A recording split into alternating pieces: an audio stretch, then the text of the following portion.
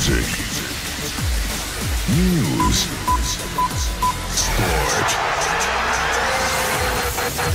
Every day for you on the web. LecoChannel.it. The Blue Light Blue Radio. Sotto la Sud occupata da una trentina di tifosi ospiti. Adesso seguiamo l'attacco di Cristofori sulla sinistra in posizione di ala, la palla al centro, Meierga, la conclusione di poco a lato sul secondo palo. Bella l'azione di Cristofori sulla sinistra, l'affondo, poi il cross al centro e altrettanto si cerca l'avanzata, ma si deve riparare da Merli Sala, capitano quest'oggi dei blu celesti. Cerca il centrocampo, il lancio verso Bignotti, la spalla di Bignotti a servire Mureno al centro dell'area. Mureno, il tentativo di cross, Caraffa scivola e Cristofori non arriva, proprio fascia, ma sbaglia il servizio. Arriva a Ferrario in posizione di trequartista. Ferrario, la conclusione centrale facile per Nava,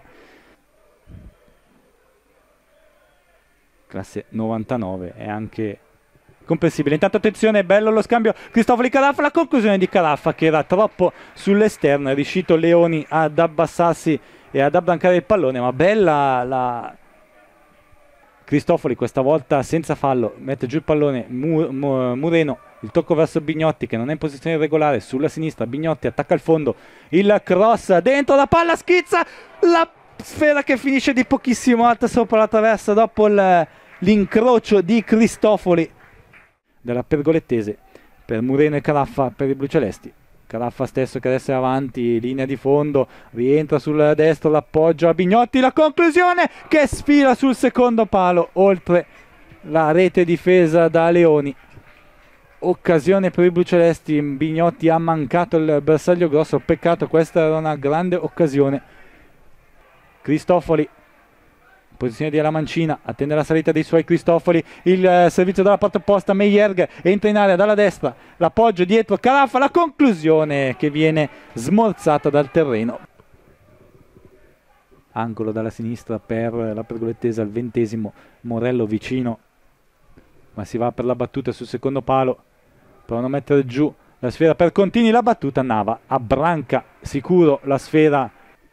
Il Lecco agli uomini per cercare la manovra offensiva. Petrilli adesso cerca di sterzare sul destro, poi il cross al centro, Cristofori, il tocco sul fondo.